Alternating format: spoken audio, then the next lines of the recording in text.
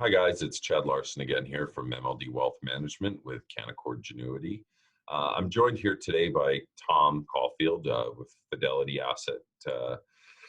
Investments. Fidelity, as many of you do know or don't know, is the largest asset manager in the world, and Tom has been a first and second degree colleague of mine over the last number of years and has been with Fidelity for the last 20.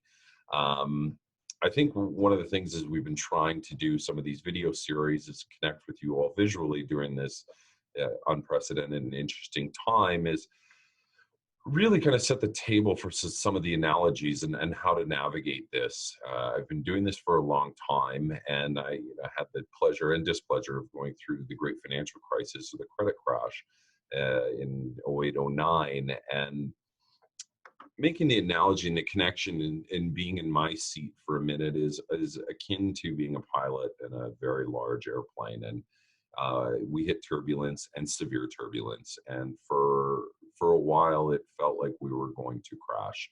We were definitely pointed nose down, and people were scared for the first number of weeks through this.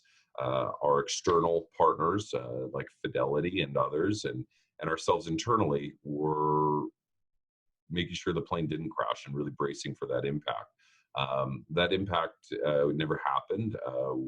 The things leveled out, and now we're in this unique scenario where after that, the passengers on the airplane have had a pretty bumpy ride, and the pilot, myself, and the rest of my team have walked up and down the aisles and tried to reassure people to the best of our abilities that the plane was built for this and we didn't crash. And that calms some of the emotions that we're going through, but we're all now wondering in this odd kind of social experiment through isolation, where it's very different from the other crises and crashes we've experienced as investors, is we're all stuck at home, many of you, and we're not really built for the lack of social interaction and missing our friends and our families and our daily routines, and that's causing a whole nother level of insecurities. But I think right now a lot of the marching orders and we all have our seatbelts on this epically long plane ride right now is we're circling. We don't know where we're going to land, and that really brings me to today. So we're going to talk a little bit about what that means for the general market and Tom and I discussed earlier, and I'll pass it over to Tom, but talking about how the market's moving now and what our expectations are over the next short, medium term. So again, Tom, thanks for being here, and over to you to give us some of your comments. My pleasure, Chad, and thank you for putting this together. I think it shows a lot of leadership in times like this, and I think that there's a tremendous amount of strength that you had going into this, and I think that my observations are you're going to have a tremendous amount of strength coming through this for you and your clients. I thought it would be really important in times like this to just kind of look at some of the bright spots that we're seeing. The NASDAQ is up about 4.5% net, adjusted for Canadian dollars. The aggregate bond index is up 8.5% net. Gold is up about 20%. And the currency exchange of USD to Euro is up 3%. And the USD currency exchange to Mexico is up 25%. So as we see the next couple of quarters, the headline news are going to look rather difficult, and the hope is to really look over those next two quarters, and as we begin to find that price discovery in the market and allowing the portfolio managers that you partner with to allow them to do the good work that they do to provide the stability that we need to see in pricing. Many of our managers have been on the sidelines the last couple of years because many of them are more on the value side, and it really has been a growth market. And much of the laundry list of stocks that our value managers wanted to buy, they couldn't buy over the last couple of years. And with a PE multiple now down between 11 to 13, they're saying this is exactly the environment that they want to see from a buying perspective. Right. Now, I think that makes, when we talk about, I think, some of the poignant terms of, do we see, and everyone wants the short term to determine if this is going to be a U or a V or a W. The markets have rallied off their bottoms, and I've talked to many clients and and published on this, we saw the big surge of the markets rebalancing into the end of the first quarter, where a lot of the ETFs and more passively mandated funds that were balanced had to rebalance to get their ratios in mind. With respect to active management, how do you expect, is there more risk or is there opportunity with some of the algorithms and machine buying that we're seeing in some of these core markets? I think those are tremendous points. If we're going to constrain us to the alphabet, much of the literature is, are we going to be in this L formation, a U formation? My hope is that we have some type of a V or a super V.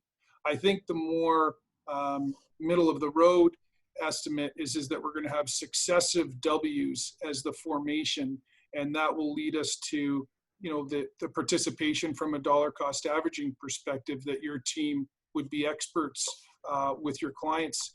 And then moving into the conversation around passive versus active, there was a really big push on for ETFs because of the price sensitivity and the ability to get access to sometimes difficult areas of the market where we could access that with an ETF.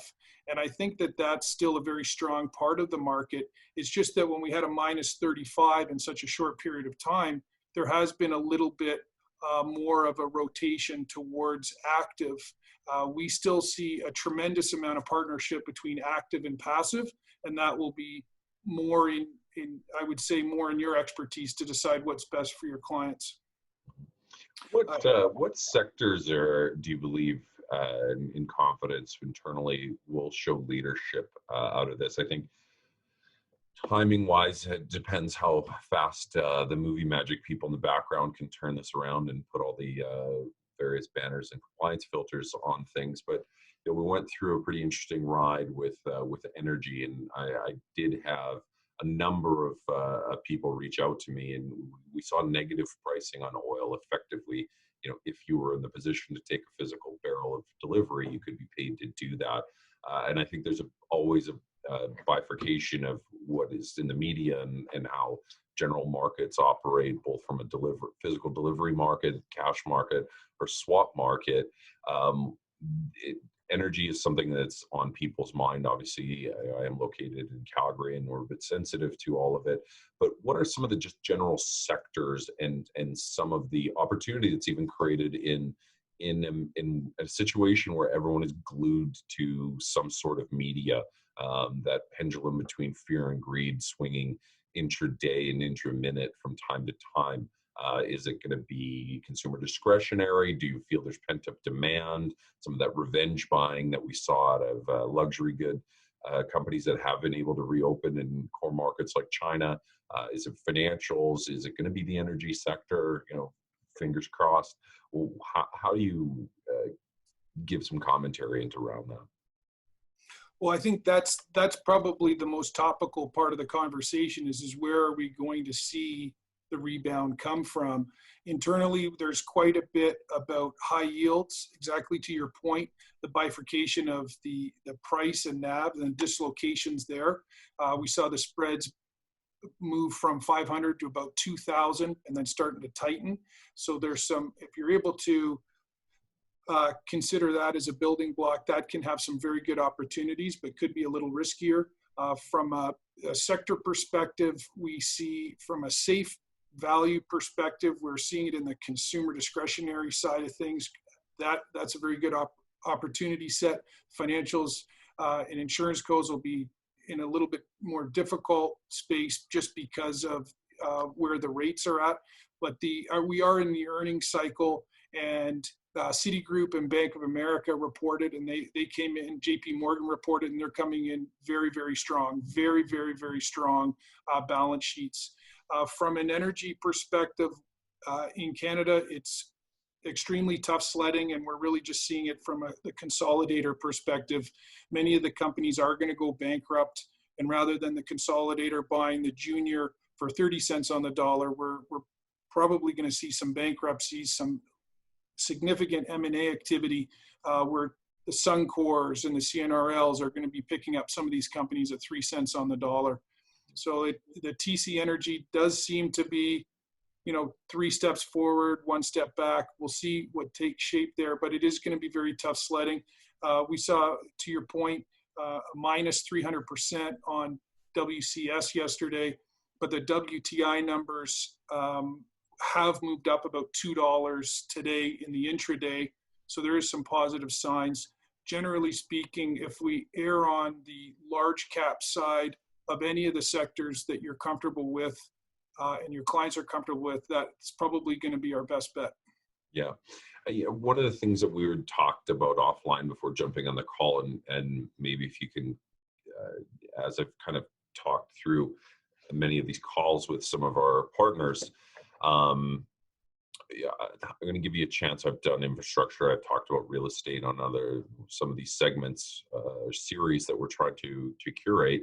Is talking a little bit about high yield in the bond market, because I think fair to middling results over the past with respect to some of the product that's been, given retail clients access to.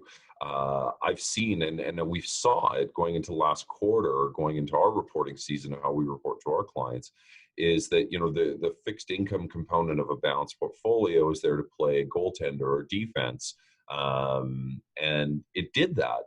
But even in a complete washout environment where there's just a complete panic and search for liquidity, we even saw like you said, the bid-ask spread and the weakening of our fixed income as liquidity. So we've seen central banks' fiscal and monetary policy come on an almost unlimited toolkit and are supporting that.